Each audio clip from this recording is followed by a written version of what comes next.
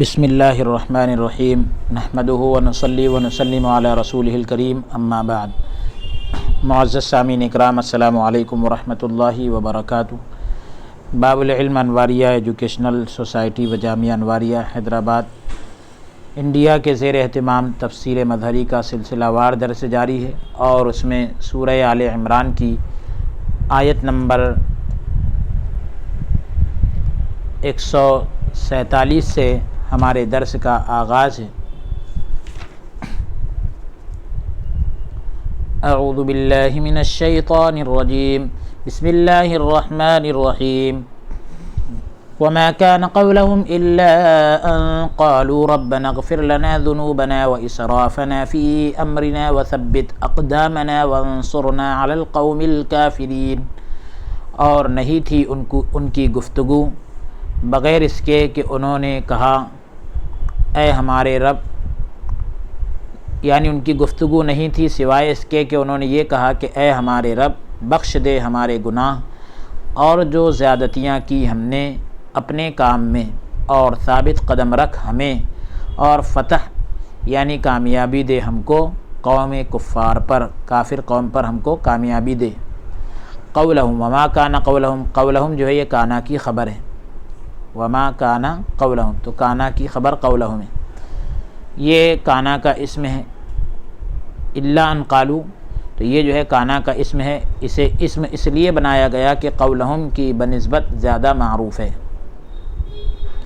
اس لیے اس کو اسم بنایا گیا، اور قاعدہ بھی یہی ہے کہ مسند الیہ اسے بنایا جائے جو زیادہ معروف ہو۔ ان قالو، تو اس میں جو ہے نسبت بھی ہے اور زمانے پر دلالت بھی ہے، اس لیے اسم بنانا درست ہے۔ ذنوبنا، یہاں ذنوب سے مراد چھوٹے گناہ ہیں جو ہم نے مقام عبودیت سے تجاوز کیا ہے، بندگی کے مقام سے ہم تھوڑا سا آگے بڑھے ہیں اپنے معاملے میں۔ اسرافنا، اس سے مراد جو ہے گناہ کبیرہ ہے۔ وثبت اقدامنا، یعنی سیدھے راستے پر اور دشمنوں کے خلاف جہاد کرنے میں ہمیں ثابت قدم رکھ۔ وانصرنا علی القوم الکافرین، اور کامیابی دے ہمیں کفار قوم پر۔ تو مصائب کا یعنی مصیبتوں کا سامنا کرنے کے بعد اس قول کی کوئی اور توجیہ یعنی وضاحت یا وجہ نہیں بنتی کہ اللہ تعالیٰ نے مومنین سے، مسلمانوں سے نصرت یعنی مدد اور غلبے کا وعدہ کر رکھا ہے، کیونکہ اس کا ارشاد ہے حقا علینا نصر المومنین، اور فرمایا ان جندنا لہم الغالبون، یعنی مومنوں کی مدد کرنا یہ ثابت ہے، اور بے شک ہمارا لشکر ان کے اوپر غالب ہوگا۔ انہیں جو مصیبت پہنچی تھی وہ ان کے گناہوں اور حد تجاوز کرنے یعنی آگے بڑھنے کی وجہ سے پہنچی تھی، کیونکہ اللہ تبارک و تعالیٰ نے ارشاد فرمایا وما اصابکم من مصیبت، اس لیے مومن کو جب بھی کوئی تکلیف پہنچے تو اس پر لازم ہے کہ وہ اپنے گناہ کا اعتراف کرے، گناہ کا اقرار کرے، تاکہ اس سے ندامت اور استغفار واقع ہو، یعنی شرمندگی اور بخشش کی وہ طلب کرے، یعنی شرمندگی ہو اور استغفار واقع ہو یعنی مغفرت طلب کرے، پھر غلبہ اور ثابت قدم رہنے کی دعا کرے، کیونکہ غلبہ تو اللہ تبارک و تعالیٰ عزیز و حکیم کی طرف سے ہوگا۔ استغفار اور گناہوں کی پاکیزگی کے بعد دعا قبولیت کے زیادہ قریب ہوتی ہے۔ اگلی آیت کا نمبر ہے 148۔ فآتاہم اللہ ثواب الدنیا وحسن ثواب الآخرہ واللہ یحب المحسنین، تو دے دیا اللہ تعالیٰ نے ان کو دنیا کا ثواب یعنی کامیابی، اور عمدہ ثواب آخرت کا ہے، یعنی نعیم جنت اور لذت وصل، یعنی ملاقات کی لذت اور جنت کی نعمتیں، تو یہ تو عمدہ ثواب آخرت کا ہے۔ واللہ یحب المحسنین، اور اللہ تعالیٰ محبت کرتا ہے نیکوکاروں سے۔ تو اس قول کی برکت سے اللہ تعالیٰ نے انہیں عطا فرمایا، مطلب جو اوپر انہوں نے کہا ربنا اغفر لنا ذنوبنا واسرافنا فی امرنا وثبت اقدامنا، تو اس کی برکت سے اللہ تعالیٰ نے انہیں عطا فرمایا۔ دنیا کا ثواب یعنی دنیا میں بھی کامیابی عطا فرمائی اور آخرت میں بھی ثواب عطا فرمایا۔ تو عمدہ ثواب، ثواب الدنیا یعنی غلبہ عطا فرمایا، غنیمت، مال غنیمت عطا فرمایا، ملک اور اچھا ذکر، یعنی مطلب یہ کہ اللہ تبارک و تعالیٰ نے ان کو تذکرے کے اعتبار سے بھی عمدہ کر دیا۔ ثواب الآخرہ، عمدہ ثواب آخرت کا یعنی جنت اور قرب کے مراتب، اللہ کے قریب ہونے کے جو مرتبے ہیں اور اللہ تبارک و تعالیٰ کے قرب کے جو مراتب ہیں، درجے ہیں، اور اللہ تعالیٰ کی رضا یعنی خوشنودی سب سے بڑی نعمت ہے۔ ثواب کو لفظ حسن کے ساتھ خاص کیا کیونکہ اس کی بارگاہ میں یہی مقصود ہوتا ہے، مقصد یہی ہوتا ہے، نیز اس لیے بھی کہ یہ اس کا فضل ہے، یہ اللہ تبارک و تعالیٰ کی مہربانی ہے۔ محسنین کو اس میں ضمیر کی جگہ رکھا ہے، یعنی محسنین لے کر آئے ہیں اس میں ظاہر۔ ایک فائدہ تو یہ ہے کہ اس بات کا شعور دلایا جائے، احساس دلایا جائے کہ یہی حقیقت میں محسن ہے، کیونکہ احسان حقیقت میں یہ ہے کہ تو اپنے رب کی عبادت کرے گویا کہ تو اپنے رب کو دیکھ رہا ہے، یعنی کمال حضور، اور غفلت کو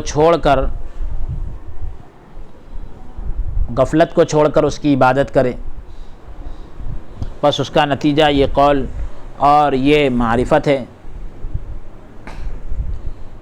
کہ خوشحالی اور تنگ دستی یہ اللہ تبارک و تعالیٰ کی طرف سے ہوتی ہے، اور کریم کسی قوم سے اپنی نعمت کو اس وقت تک تبدیل نہیں کرتا، نہیں بدلتا جب تک وہ خود اپنے آپ کو نہیں بدلتے۔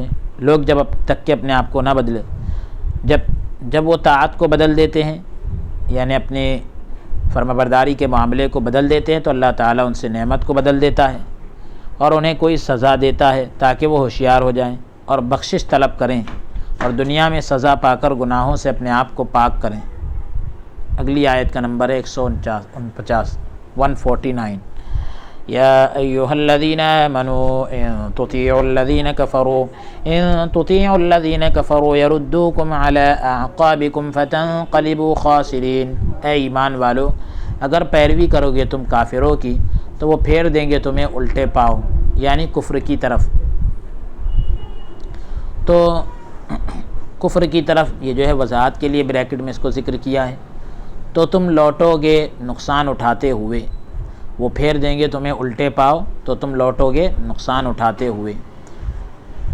حضرت علی شیر خدا رضی اللہ تعالیٰ عنہ کا قول ہے کہ الذین کفروا یا ایھا الذین آمنوا ان تطیعوا الذین کفروا، تو الذین کفروا سے مراد منافقین ہیں کہ اگر پیروی کرو گے تم کافروں کی، تو یہاں کافروں سے مراد منافقین ہیں کہ جو احد میں شکست کے موقع پر انہوں نے مومنوں سے کہا تھا کہ اپنے بھائیوں کی طرف، یعنی جب انہوں نے شکست یعنی ہار کو دیکھا تو یہ کہا کہ تم اپنے بھائیوں کی طرف لوٹ جاؤ اور ان کے دین میں داخل ہو جاؤ۔ یہ معالم التنزیل جلد نمبر 1 صفحہ نمبر 563 کی روایت ہے۔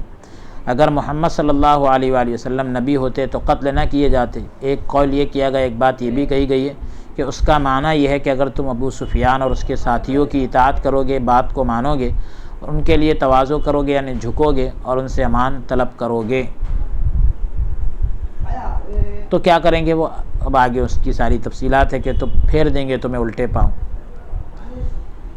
یعنی اسلام سے پہلے جو دین رکھتے تھے اس کی طرف لوٹا دیں گے، یعنی شرک جو کرتے تھے وہ شرک کی طرف تم کو لوٹا دیں گے۔ فتنقلبوا خاسرین، تو تم دنیا اور آخرت کا نقصان اٹھانے والے ہوں گے۔ بل اللہ مولاکم وہو، اگلی آیت کا نمبر 150۔ بل اللہ مولاکم وہو خیر الناصرین، بلکہ اللہ تبارک و تعالی حامی ہے تمہارا اور وہ سب سے بہتر مدد فرمانے والا ہے۔ بل اللہ مولاکم، اللہ تعالیٰ تمہارا محب اور مددگار اور اپنے دین پر قائم رکھنے والا ہے، پس تم کسی کو اپنا دوست نہ بناؤ، وہ سب سے بہتر مدد فرمانے والا ہے، اس لیے تم کسی اور کی دوستی اور مدد سے غنی ہو جاؤ، بے نیاز ہو جاؤ۔ روایت بیان کی گئی ہے کہ ابو سفیان اور مشرکین جب 16 شوال احد کے دن جو ہے مکہ مکرمہ کی طرف روانہ ہوئے، جب کچھ فاصلہ طے کر چکے تو افسوس کرنے لگے کہ ہم نے کتنا برا کیا کہ ہم نے مسلمانوں کو قتل کیا، جب ان میں زخمیوں کے سوا کوئی نہ بچا تو پھر ہم نے انہیں چھوڑ دیا، واپس چلو اور انہیں مطلقاً ختم کر کے رکھ دو، یعنی مکمل طریقے سے ختم کر دو۔ جب انہوں نے یہ ارادہ کیا تو اللہ تعالیٰ نے ان کے دلوں میں رعب ڈال دیا، اور جس چیز کا وہ ارادہ کر رہے تھے اس سے وہ واپس پلٹ آئے۔ تو اللہ تعالیٰ نے اس آیت کو نازل فرمایا، اور یہ روایت جو ہے معالم التنزیل جلد نمبر 1 صفحہ نمبر 564 پر ہے۔ سبب نزول جو بیان کیا جا رہا ہے تو یہ معالم التنزیل میں ہے۔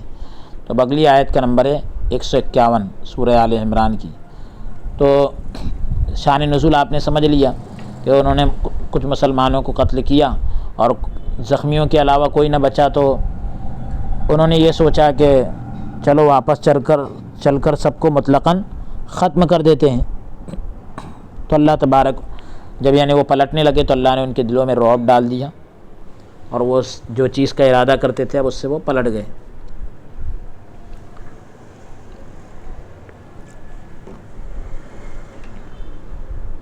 آیت کو سماعت فرمائیں۔ سنلقی فی قلوب الذین کفروا الرعب بما اشرکوا باللہ ما لم ينزل به سلطانا ومأواہم النار وبئس مثوى الظالمین۔ ابھی ہم ڈال دیں گے کافروں کے دلوں میں رعب، اس لیے کہ انہوں نے شریک بنا لیا اللہ کے ساتھ اس کو جس کے لیے نہیں اتاری اللہ نے کوئی دلیل، اور ان کا ٹھکانہ آتش یعنی جہنم ہے، اور بہت بری جگہ ہے ظالموں کی۔ سنلقی فی قلوب الذین، تو الذین کفروا سے مراد یہاں پر ابو سفیان اور اس کے حمایتی، اس کے ساتھ والے ہیں۔ رعب سے مراد خوف ہے۔ ابن عامر کسائی اس سے مراد جو ہے خوف ہے۔ ابن عامر کسائی، ابو جعفر اور یعقوب نے تمام مواقع پر یعنی تمام جگہوں پر عین کے ضمہ کے ساتھ یعنی پیش کے ساتھ اسے پڑھا ہے۔ باقی قراء نے اس کے سکون یعنی جزم کے ساتھ پڑھا ہے۔ یہ بھی جائز ہے کہ رعب ڈالنے والے کا عمل اس وقت ہو جب مشرکین نے کوچ کے موقع پر یعنی نکلنے کے موقع پر مدینہ طیبہ لوٹنے کا ارادہ کیا ہو۔ اگر اس آیت کا نزول یعنی نازل ہونا واقعے کے بعد ہوا ہو تو پھر محض تاکید کا معنی دے گی۔ یہ آیت صرف تاکید کا معنی دے گی اور مستقبل کے معنی سے خالی ہوگی، آنے والے زمانے کے معنی سے خالی ہوگی، اور مضارع کا صیغہ حال ماضی کی حکایت ہوگا۔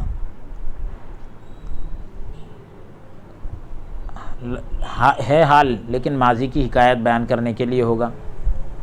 سنلقی ہم ڈالیں گے، مطلب ہم نے ڈال دیا ان کے دلوں میں رعب، بما اشرکو ان کے شرک کرنے کے باعث، شرک کرنے کی وجہ سے ان کے دلوں میں رعب ڈالا گیا۔ سلطانہ نہیں اتاری کوئی دلیل، سلطنت کا معنی تو قوت ہے، یہاں اس سے مراد حجت یعنی دلیل ہے۔ معنی یہ ہوگا کہ انہوں نے اپنے معبودوں کو اللہ تبارک و تعالیٰ کا شریک ٹھہرایا، لیکن اس پر کوئی دلیل قائم نہیں کی، بلکہ اللہ تبارک و تعالیٰ نے توحید پر دلائل عقلیہ اور نقلیہ قائم کی، لیکن ان کے پاس کوئی دلیل نہیں ہے۔ وَمَأْوَاهُمُ النَّارُ، تو ان کا ٹھکانہ دوزخ ہے، مطلب ہم سے مراد یہاں ضمیر ہے یہاں پر، تو ان کا ٹھکانہ مطلب کس کا ٹھکانہ، اس سے مراد مشرک ہے، شرک کرنے والے، اور ان کا عطف جو ہے سنلقی پر، اس کا عطف سنلقی پر اس کا عطف ہو رہا ہے، واو حرف عطف کو جوڑیں گے سنلقی سے۔ النار جو ہے مخصوص بالضم محذوف ہے،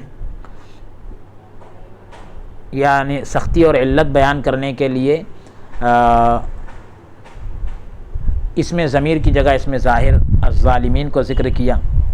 محمد بن کعب نے کہا کہ جب رسول اللہ صلی اللہ علیہ وآلہ وسلم اور آپ کے صحابہ احد سے مدینہ طیبہ لوٹے، جبکہ اس قدر عظیم تکلیف پہنچی تھی، اتنی تکلیف پہنچی تھی، آپ کے بعد صحابہ نے کہا، کچھ صحابہ کرام نے کہا ہمیں تکلیف کیسے آئی جبکہ اللہ تعالیٰ نے ہم سے وعدہ فرمایا تھا، یعنی اللہ تعالیٰ نے تو ہم سے وعدہ کیا تھا تو پھر ہم کو تکلیف کیسے آئی۔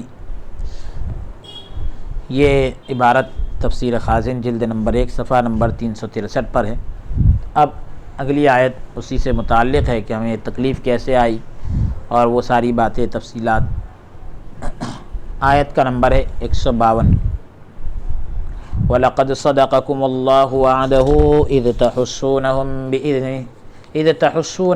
بِإِذْنِهِ حَتَّى إِذَا فَشِلْتُمْ وَتَنَازَعْتُمْ فِي الْأَمْرِ وَعَصَيْتُم مِّن بَعْدِ مَا أَرَاكُم مَّا تُحِبُّونَ مِنكُم مَّن يُرِيدُ الدُّنْيَا وَمِنكُم مَّن يُرِيدُ الْآخِرَةَ ثُمَّ صَرَفَكُمْ عَنْهُمْ لِيَبْتَلِيَكُمْ وَلَقَدْ عَفَا عَنكُمْ وَاللَّهُ ذُو فَضْلٍ عَلَى الْمُؤْمِنِينَ، اور بے شک سچ کر دکھایا تم سے اللہ نے اپنا وعدہ جب تم قتل کر رہے تھے کافروں کو اس کے حکم سے،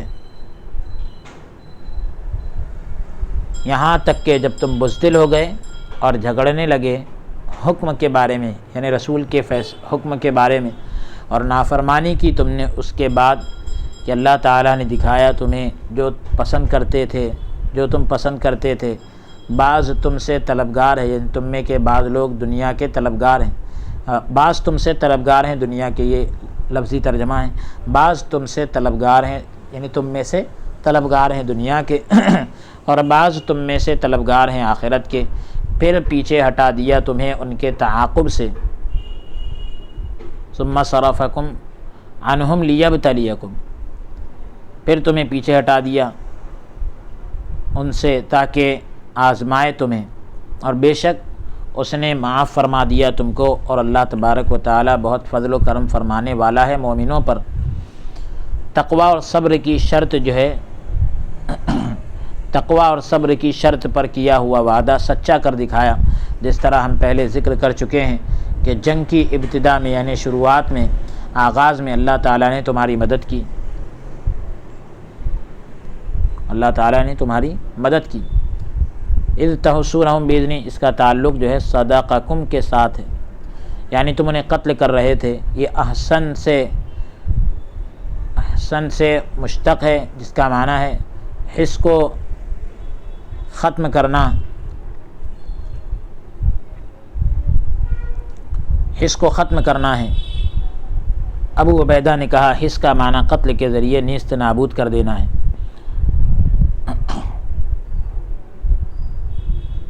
اس کے حکم سے، بِإِذْنِ، اس کے حکم سے یعنی اللہ تعالیٰ کے حکم اور فیصلے سے۔ حتیٰ اذا فشلتم، یعنی تم نے بزدلی اور کمزوری دکھائی۔ ایک قول یہ کیا گیا، ایک بات یہ بھی کہی گئی کہ فشل کا معنی تمہاری رائے کمزور ہو گئی اور تم غنیمت کی طرف مائل ہو گئے، جھک گئے، کیونکہ حرص جو ہے عقل کی کمزوری ہے، حرص کی وجہ سے عقل پر پردہ پڑ جاتا ہے، جس طرح پہلے یہ بات گزر چکی ہے۔ یعنی تم جھگڑنے لگے حکم کے بارے میں، تو جس طرح یہ بات پہلے گزر چکی ہے کہ حضرت عبداللہ ابن جبیر کے رضی اللہ تعالیٰ عنہ کے ساتھیوں نے اس وقت جو ہے جھگڑا کیا جب انہوں نے مومنین کو غلبہ پاتے ہوئے اور مشرکین کو شکست کھاتے ہوئے، ہارتے ہوئے دیکھا، تو اکثر نے کہا کہ مشرک تو شکست کھا گئے، ہار گئے، اب یہاں ٹھہرنا کس کام کا، تو اب ہمارا یہاں ٹھہرنا کس کام کا۔ تو عبداللہ بن جبیر نے کہا تھا کیا تم وہ بھول گئے جو رسول اللہ صلی اللہ علیہ وآلہ وسلم نے فرمایا تھا؟ لوگوں نے کہا کہ رسول اللہ صلی اللہ علیہ وآلہ وسلم کا یہ مقصد نہیں تھا، ہم ضرور لوگوں کے پاس جائیں گے اور غنیمت اکٹھی کریں گے، یعنی مال غنیمت اکٹھا کریں گے۔ حضرت عبداللہ اور ان کے ساتھیوں نے کہا کہ ہم رسول اللہ صلی اللہ علیہ وآلہ وسلم کے حکم کی خلاف ورزی نہیں کریں گے، یعنی ان کے ساتھ کچھ لوگ جمے رہے اور تم نے رسول اللہ صلی اللہ علیہ وسلم کے حکم کی خلاف ورزی کی، وعصیتم، تم نے خلاف ورزی کی رسول اللہ صلی اللہ علیہ وسلم کے حکم کی۔ ایک قول یہ کیا گیا، ایک بات یہ بھی کہی گئی کہ واو زائدہ ہے، اور اس کا معنی یہ ہے کہ جب تم بزدل ہوئے تو تم جھگڑنے لگے، لیکن یہ کوئی درست معنی نہیں، کیونکہ یہ تنازع یعنی جھگڑنا پہلے فشل یعنی بزدلی کے وقوع کا تقاضا کرتا ہے، یعنی پہلے بزدلی کے واقع ہونے کا تقاضا کرتا ہے جھگڑنا، جبکہ حقیقت یہ ہے کہ فشل یعنی بزدلی، تنازع اور عصیان یعنی جھگڑے اور نافرمانی کے بعد ہوا۔ جھگڑے میں اس وقت پڑے جب انہوں نے مال لوٹنے کے لیے مشرکین کے لشکر پر حملہ کیا۔ ایک بات یہ بھی کہی گئی ہے کہ اس کلام میں تقدیم و تاخیر ہے۔ تقدیم و تاخیر مطلب یہ ہے کہ معنی کے اعتبار سے جو حصہ پہلے ہے اس کو بعد والے معنی ملیں گے جو بعد میں اس کو پہلے والے کے معنی ملیں گے۔ تقدیر کلام یہ ہوں گی حتیٰ اذا تنازعتم فی الامر وعصیتم ففشلتم، یہاں تک کہ تم نے حکم میں جھگڑا کیا اور نافرمانی کی تو تم بزدل ہو گئے۔ تو پھر واو زائدہ ہونے پر کوئی اشکال نہیں رہا۔ واو یہاں پر عاطفہ نہیں مانیں گے، عطف کا نہیں مانیں گے بلکہ زائدہ مانیں گے۔ زیادہ ظاہر بات یہ ہے کہ واو زائدہ نہیں اور اذا کا جواب محذوف ہے، یعنی جب تم بزدل بن گئے، تم نے حکم میں جھگڑا کیا اور نافرمانی کی تو اللہ تعالیٰ نے تم سے اپنی مدد کو روک لیا اور تمہیں موجودہ مصیبت میں ڈال دیا۔ واو مطلق جمع کے لیے ہوتی ہے، واو جو ہے مطلق جمع کے لیے، اس میں ترتیب ملحوظ خاطر نہیں ہوتی، اس میں ترتیب کا لحاظ نہیں کیا جاتا، اس لیے تنازع اور نسیان پر یعنی جھگڑے پر اور بھول پر بزدلی کے مقدم تنازع اور عصیان ہونا چاہیے، نسیان نہیں، یعنی جھگڑا اور نافرمانی پر بزدلی کے مقدم ہونے کا تقاضا نہیں کرتی، یعنی بزدلی کا لفظ پہلے ہونا چاہیے، اس کا تقاضا نہیں کرتی۔ یہ فشلتم کے متعلق ہیں کہ اللہ نے دکھایا تمہیں جو تم پسند کرتے تھے۔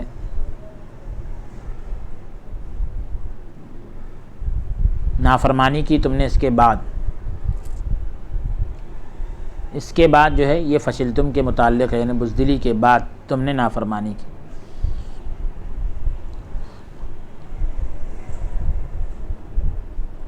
یعنی اللہ تبارک و تعالیٰ نے تمہیں دکھائی کامیابی اور غنیمت جسے تم پسند کرتے تھے۔ من بعد ما اراکم ما تحبون منکم من یرید الدنیا، یعنی کچھ لوگ دنیا چاہنے لگے، طلبگار دنیا کے، یعنی انہوں نے مرکز کو چھوڑ دیا، جو جگہ پر رسول پاک صلی اللہ علیہ وآلہ وسلم نے ان کو بٹھائے تھے وہ جگہ کو چھوڑ دیے اور مال لوٹنے لگے۔ ومنکم من یرید الآخرہ، تم میں سے کچھ وہ ہے جو آخرت کے طلبگار ہیں، یعنی حضرت عبداللہ بن جبیر رضی اللہ تعالیٰ عنہ کے ساتھ ثابت قدم رہے، جمے رہے، ٹکے رہے۔ حضرت عبداللہ بن مسعود رضی اللہ عنہ نے کہا کہ اس کا احساس بھی نہیں رکھتا تھا کہ میں اس کا احساس بھی نہیں رکھتا تھا کہ حضور صلی اللہ علیہ وسلم کے صحابہ میں سے کوئی دنیا چاہتا ہو، یہاں تک کہ احد کے دن یہ آیت کریمہ نازل ہوئی، معالم التنزیل جلد نمبر 1 صفحہ نمبر 566۔ یعنی رسول اللہ صلی اللہ علیہ وآلہ وسلم کے صحابہ میں سے کسی نے بھی دنیا کے حصول کا ارادہ نہیں کیا تھا، دنیا کو حاصل کرنے کا ارادہ نہیں کیا تھا، مگر اس جماعت نے۔ تو ان کے متعلق احد کے دن یہ آیت نازل ہوئی، ثم صرفکم، تو اے مسلمانوں تمہاری نافرمانی کی نحوست کی وجہ سے اللہ تبارک و تعالیٰ نے تمہیں پھیر دیا۔ انہم، تو ہم ضمیر سے مراد ان سے پھیر دیا، مطلب اس سے مراد کفار ہیں، یہاں تک کہ حالت بالکل بدل گئی اور وہ تم پر غالب آ گئے۔ لیبتلیکم، تاکہ تمہارا امتحان لے، تاکہ مومنوں کو منافقین سے الگ کر دے، یا اس کا معنی یہ ہے کہ اللہ تبارک و تعالیٰ بعض لوگوں کے اعمال سے تمام لوگوں کو امتحان اور مصیبت میں ڈال دیتا ہے۔ کچھ لوگوں کی کچھ کام کی وجہ سے اللہ رب العالمین تمام لوگوں کو امتحان میں اور آزمائش میں ڈال دیتا ہے۔ یہ چیز نافرمان کے لیے ہے، نافرمان کے لیے تو سزا، اور مطیع کے لیے یعنی اطاعت کرنے والے کے لیے زیادہ اجر کا باعث یعنی سبب ہوتی ہے۔ نافرمانی اور مخالفت کے بعد وَلَقَدْ عَفَا عَنْكُمْ، نافرمانی اور مخالفت کے بعد تمہیں بالکل ختم نہیں کر دیا بلکہ فضل اور احسان سے باقی رکھا، یا مخالفت پر شرمندہ ہونے کی وجہ سے تمہیں معاف کر دیا۔ واللہ ذو فضل علی المؤمنین، اور اللہ تعالیٰ بہت فضل و کرم فرمانے والا ہے مومنوں پر، جب چاہتا ہے معاف کر کے فضل اور احسان فرماتا ہے، یا تمام احوال میں تمام حالتوں میں تم پر فضل اور احسان کرتا ہے، کیونکہ نافرمانی کے بعد مومنوں پر مصیبت نازل کرنا یہ بھی اللہ تبارک و تعالیٰ کا فضل اور احسان ہوتا ہے، کیونکہ اس طریقے سے اللہ تبارک و تعالیٰ ان کے گناہ مٹا دیتا ہے۔ امام بغوی نے اپنی سند سے حضرت علی بن ابی طالب رضی اللہ عنہ سے نقل کیا ہے کہ کہا کہ میں تمہیں کتاب اللہ کی سب سے فضیلت والی آیت کے بارے میں باخبر نہ کروں، نہ بتاؤں جس کے بارے میں حضور صلی اللہ علیہ وآلہ وسلم نے ہمیں بتایا ہے وما اصابکم من مصیبت فبما کسبت ایدیکم ویعفو عن کثیر، یعنی تمہیں جو بھی تکلیف پہنچتی ہے تو تمہارے اپنے کیے کا نتیجہ ہوتا ہے۔ تو اے علی میں خود تیرے لیے اس کی تفسیر کروں گا، تمہیں جو مرض یعنی بیماری، سزا یا دنیا میں کوئی مصیبت آتی ہے یہ سب تمہارے اپنے اعمال کا نتیجہ ہے۔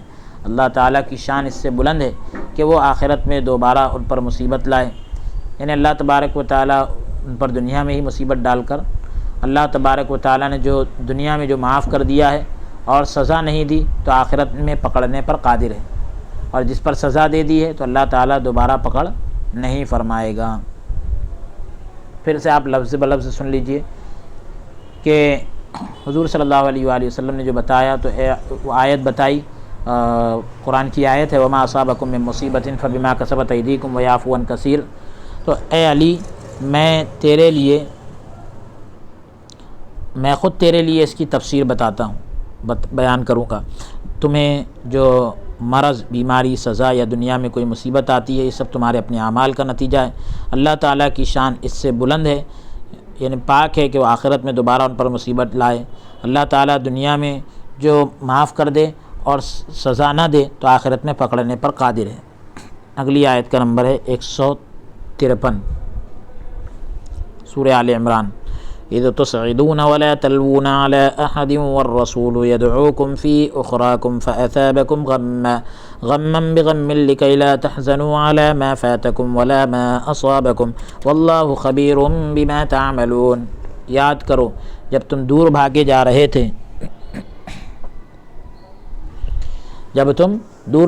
رہے تھے اور مڑ کر دیکھتے بھی نہ تھے کسی کو، اور رسول کریم بلا رہے تھے تمہیں پیچھے سے، بس اللہ تبارک و تعالیٰ نے پہنچایا تمہیں غم کے بدلے غم، تاکہ تم نہ غمگین ہو اس چیز پر جو کھو گئی تم سے اور نہ اس مصیبت پر جو پہنچی ہے تمہیں، اور اللہ تبارک و تعالیٰ خبردار ہے جو کچھ تم کر رہے ہو۔ اذ تصعدون یہ مقدر فعل اذکر کے متعلق ہے، یعنی یاد کرو اس وقت کو، جب یعنی اس کی ظرف ہے۔ ابو عبد الرحمن سلمہ، حسن اور قتادہ نے تصعدون جو ہے مجرد سے عین کے فتحہ یعنی زبر کے ساتھ تصعدون کے زبر کے ساتھ پڑھا ہے، جبکہ وہ قرات جس پر اجماع ہے، اتفاق و باب فعال ہے، اصعد یصعد، تو تصعد سے باب فعال سے تاکہ ضمہ کے ساتھ ہے، پیش کے ساتھ ہے۔ مفضل نے کہا کہ صعیدہ اور اسعدہ اور سعادہ تینوں کا معنی ایک ہی ہے۔ ابو حاتم نے کہا کہ اسعدت تو اس وقت کہے گا جب تو اپنے سامنے ہموار زمین میں چلے، برابر زمین میں چلے، اور سعیدتا تو اس وقت کہے گا جب تو پہاڑ پر چڑھے۔ مبرد نے کہا کہ اسعدہ کا معنی ابعد فی الذہاب یعنی دور چلا جانا ہے۔ بغوی نے کہا کہ یہ دونوں امر واقع ہوئے تھے، دونوں بھی معاملے واقع ہوئے تھے، ان میں سے کچھ دور جانے والے تھے اور کچھ اوپر چڑھنے والے تھے۔ ولا تلوون علی احد، اور مڑ کر بھی نہ دیکھتے تھے، یعنی تم گردنیں بھی نہ پھیرتے تھے۔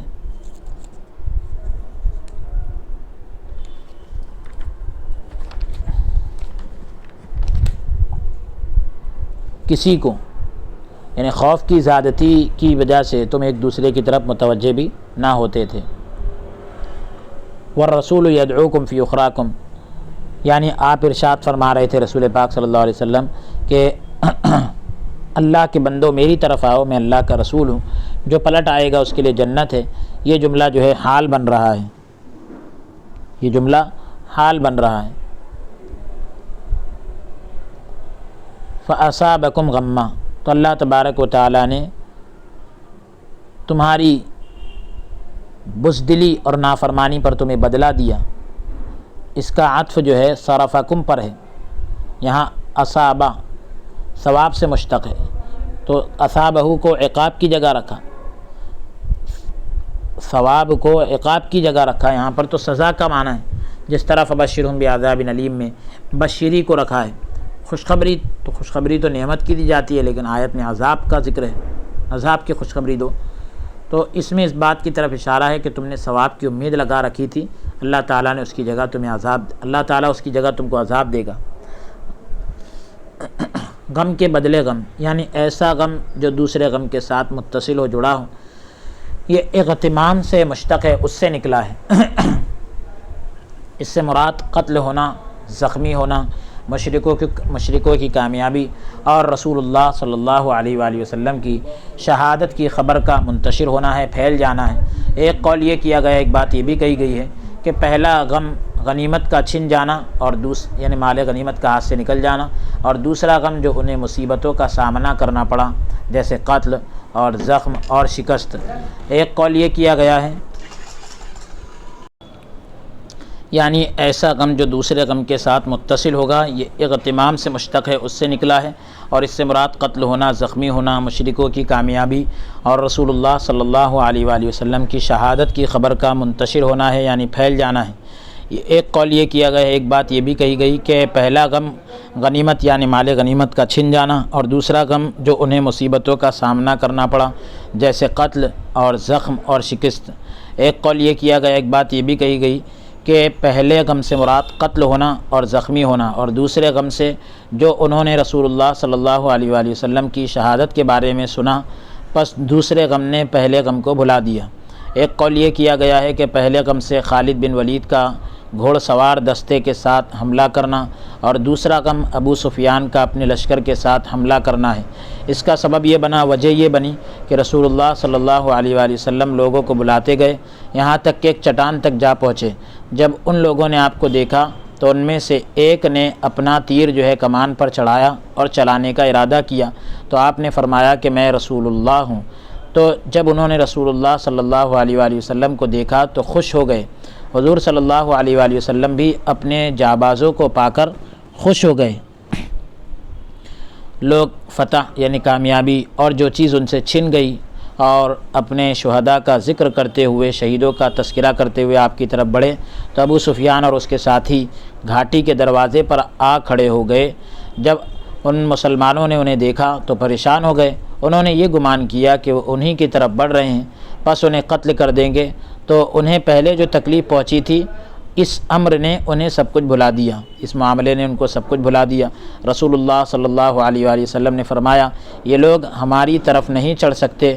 دعا کی کہ اے اللہ، اگر یہ جماعت قتل کر دی گئی تو قیامت تک زمین میں تیری عبادت نہ کی جائے گی۔ پھر آپ نے صحابہ کو بلایا، صحابہ نے انہیں پتھر مارے، پس انہیں چٹان سے نیچے اتار دیا۔ معالم التنزیل جلد نمبر 1 صفحہ نمبر 567 اور 68۔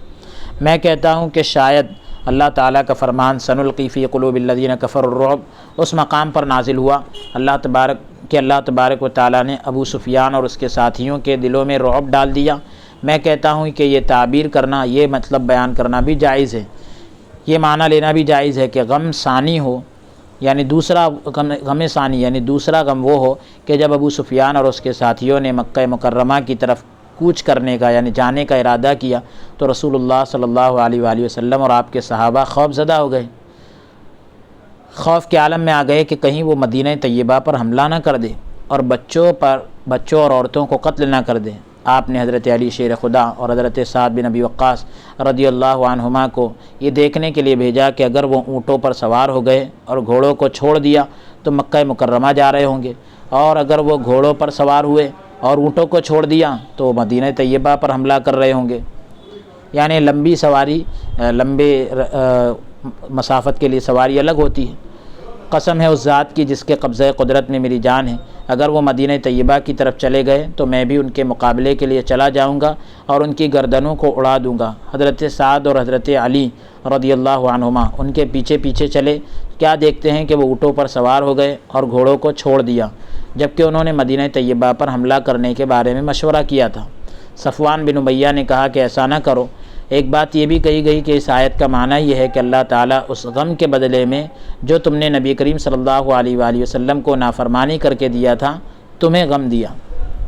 ما فاتکم، اس سے مراد یعنی فتح اور غنیمت ہے، جو کھو گئی ہے مطلب یعنی کامیابی اور غنیمت ہے، اور ما اصابکم جو تم کو پہنچا تو اس سے مراد قتل اور جرم اور شکست ہے۔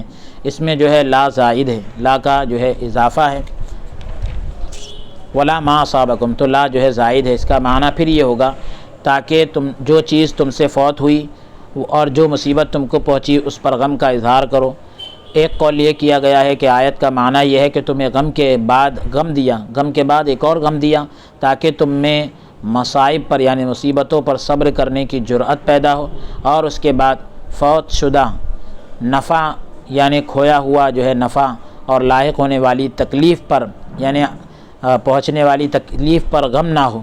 میں کہتا ہوں کہ اس کا یہ معنی کرنا بھی جائز ہے کہ اللہ تعالیٰ نے تمہیں پہم یعنی لگاتار غم پر جو ہے ثواب دیا، اور اس چیز کے متعلق تمہارے نبی کریم صلی اللہ علیہ وآلہ وسلم کی زبان پر، حضور کی زبان اقدس سے تمہیں آگاہ کیا تاکہ جو چیز تم سے فوت ہوئی، کھو گئی، اور جو تکلیف تمہیں پہنچی اس پر غمگین نہ ہو بلکہ اس کے ثواب سے خوش رہو۔ ایک قول یہ کیا گیا ہے، ایک بات یہ بھی کہی گئی کہ اصابکم میں جو ہوا ضمیر ہے وہ رسول اللہ صلی اللہ علیہ وآلہ وسلم کے لیے ہے، یعنی رسول اللہ صلی اللہ علیہ وآلہ وسلم غمگین ہونے میں تمہارے ساتھ شامل ہو گئے۔ اس وقت جو ہے اتیتہ بمالی، میں نے اسے اپنے مال میں جو ہے میں نے اسے اپنے مال میں شریک کر لیا، سے یہ مشتق ہوگا، اس سے نکلے گا۔